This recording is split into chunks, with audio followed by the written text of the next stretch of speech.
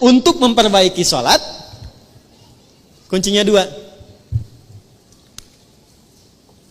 Satu, izin. Untuk memperbaiki sholat, kuncinya dua. Satu, selalu bermohon kepada Allah untuk mendapatkan rahmatnya dalam sholat. Saya ulang ya. Selalu bermohon kepada Allah untuk mendapat rahmat Allah dalam salat. Itu ada di Quran surah ke-2 Al-Baqarah ayat 45 sampai 46. Sudah? Saya merasakan sekarang jarang ada orang sholat dengan menggunakan rumus Quran itu. Yang penting sudah sholat gitu kan? Ya. Ibu pernah nggak mengharap rahmat Allah sebelum sholat? Supaya dirahmati dalam sholat? Pernah nggak? Ya? Coba deh. Makanya ibu masuk masjid ya. Kalau masuk masjid itu doanya apa? Allahumma ftahli abwaba. Ya Allah, mohon bukakan untukku pintu-pintu rahmatmu. Tuh ya.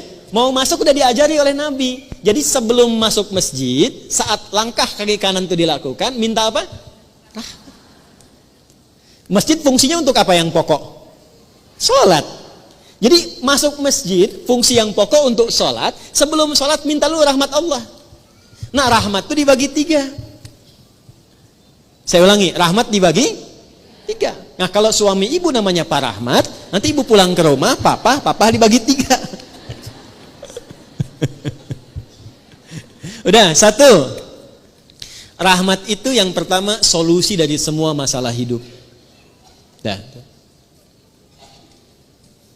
Jadi kalau ibu sholatnya membawa motivasi itu, nanti kebawa enak sholatnya. Pas sujud ingat, dengan suami ada masalah tuh ingat, minta solusi. Nangis, selesai. Walaupun belum ada solusi, tapi hati tenang. Dan itu mengantarkan pada setengah solusi. Sudah? Yang kedua, pelan-pelan, ampunan dari dosa.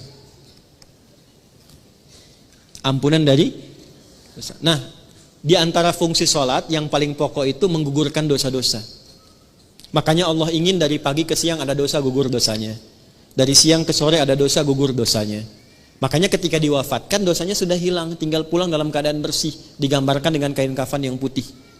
Nah, itu fungsi sholat. Cuma apakah setiap orang sholat ada yang ingat dosa atau tidak, itu poinnya. Makanya tadi kalau dia sholat mengingat maksiatnya, gugur maksiat, nggak akan maksiat lagi. Gak akan maksiat lagi. Ya, dan banyak orang ketika sujud itu justru pulangnya dalam keadaan mulia. Betapa banyak pelaku dosa besar justru cara pulang itu lewat sholat. Lewat sholat. Ada yang sujud gak bangun lagi. Insya Allah. Pengen begitu? Nanti zuhur ya, kan sekarang masih ada waktu tuh.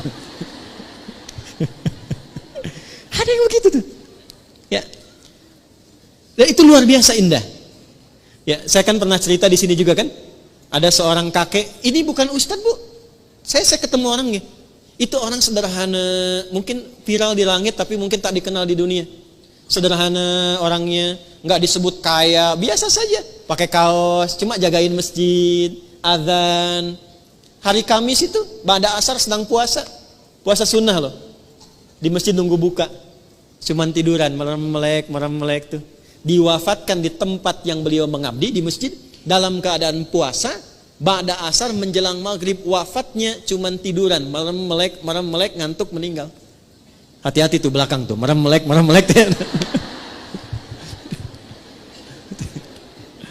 Dua.